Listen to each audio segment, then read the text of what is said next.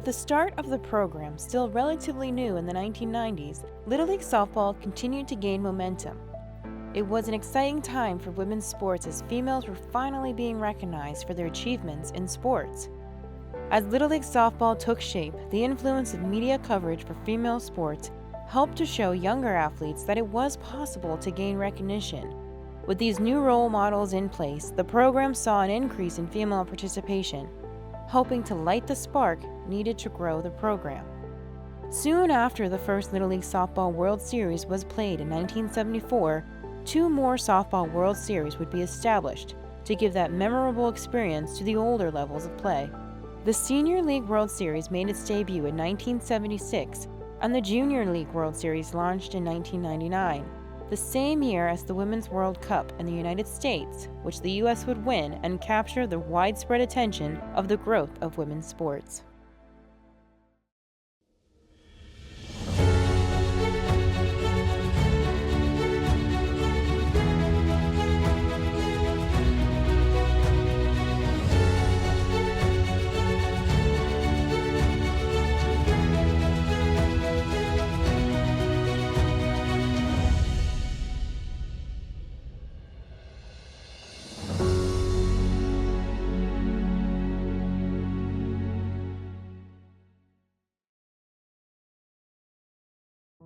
While Venus Williams won her second Grand Slam at Wimbledon in 2001, Puerto Rico would make history as the first international team to win the Little League Softball World Series. Not only was the Little League Softball program growing domestically, but internationally as well. Scores to tie! The game winner is on the way! Puerto Rico has won its first ever Little League World Series! Throughout the 70s, 80s, it was only 4 teams.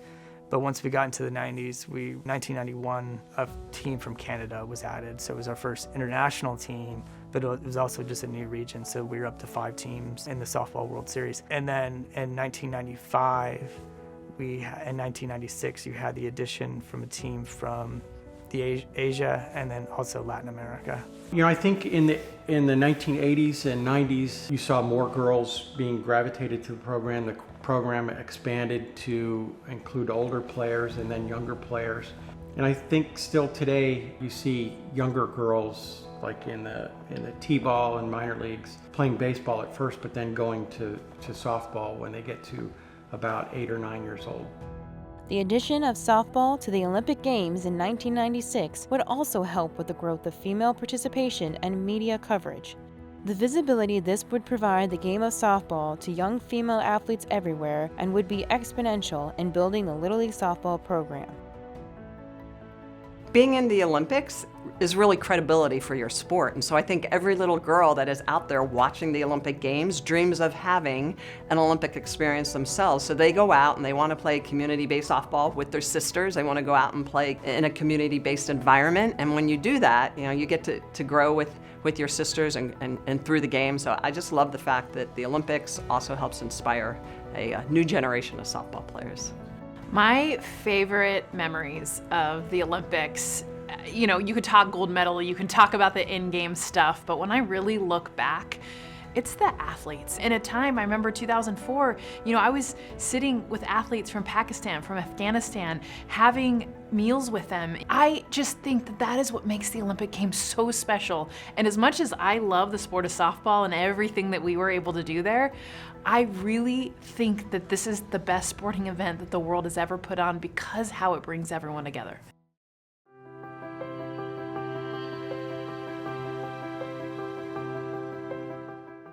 Softball being part of the Olympic program is huge for international Little League programs. And the reason for it is if it's an Olympic sport, the governments provide funding for local organizations. So once it's out of the Olympics, the funding often stops and a lot of leagues had to close down and go away. But if it's included in the Olympic program, the government has the obligation to provide funding for that sport. So it really helps to grow Little League softball internationally, and it's so important that it is in the Olympic program. Wearing your city is really cool, but what it got in me was then when I watched the Olympics, I thought, I want to be able to wear that. I want to wear USA. And so it kind of was that first little seed of, I want to represent more than just this. I want to represent my country. And so then to be able to wear USA across my chest, playing for USA softball and for USA baseball, it was the coolest thing to be able to come full circle to realizing a dream that I had when I was little. The 1996 Summer Olympics were a major turning point in the popularity and inclusivity of the game of softball. Participation rates surged for the Little League program in the early 2000s, as young girls could finally begin to see the possibilities that they could achieve in softball. With the inclusion of softball in the Olympic sport category, funding and investments flowed into the sport, and cultural attitudes were shifting. That the role models that have been out there have been amazing, and it really, really is encouraging for the younger generations. And to see your role models on television or coming home with gold, or even just getting the recognition that they were getting, I think it really motivates a lot of the younger players to pursue what they thought may not have been possible. It shows them that they can pretty much achieve anything that they strive to. And I'm not just talking on the softball field, I'm talking in life in general. It gives them that, that they can do it, doesn't matter what. As female or women's sports evolve, and you look at where they are today, I mean, they're incredible. But I think, it didn't take long for the public, if you will, to understand that, girls should have the same opportunities as the boys to benefit experiencing, all kinds of sports, all kind of activities. Probably it's different from country to country, and in places like Czech Republic or Italy, Netherlands, where softball is really big and popular, it was respected, but in other places people didn't even know that what softball was.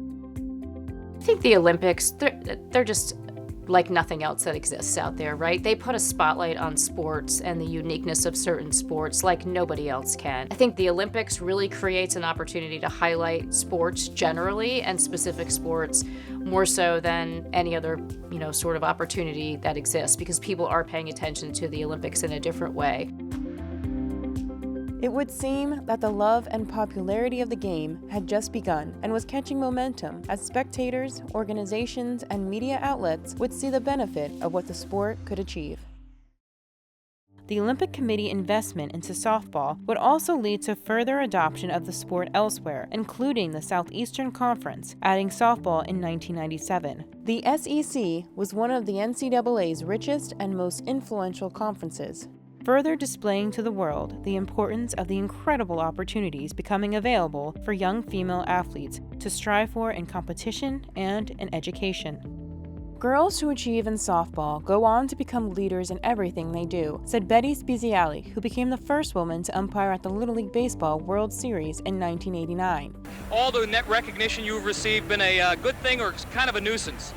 Well, it hasn't been too bad here. It's before and after the game, but not during the game. So as long as it doesn't interfere with the game, I'll take it in stride. With the growth of college softball programs, scholarships for athletes were becoming a more prominent fixture as well.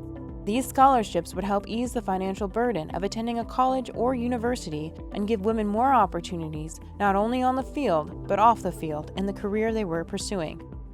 I think the growth of Little League softball and softball in general is a lot of it is due to more opportunities at older levels. High schools started fast pitch programs in the 80s and 90s.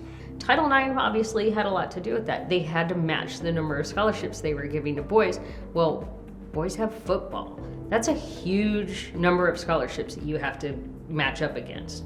So a lot of them started a softball program, which allowed them to offset some of those scholarships, and it gave those girls a place to go play. So I think women's sports in general are having a huge impact on the Little League program. When a little girl can watch, be it the Olympics or the College World Series, and see these female athletes playing and start to, maybe have one that becomes their favorite and becomes their role model, it shows them that I can take the same path. I can do exactly what the person that I'm watching on TV right now is doing.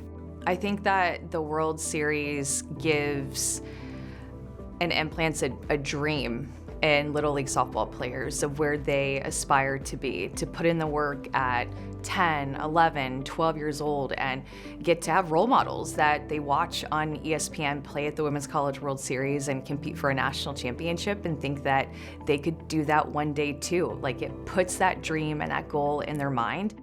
I think that for young girls to be able to see a Jocelyn Allo, to see a Skylar Wallace, to see these amazing women on the field, it gives them an opportunity to dream and say, hey, I can be just like her. And so they go out and they practice in their backyard with their dad. They go out and play Little League softball, community-based softball, and their dream starts the second that they see this incredible environment.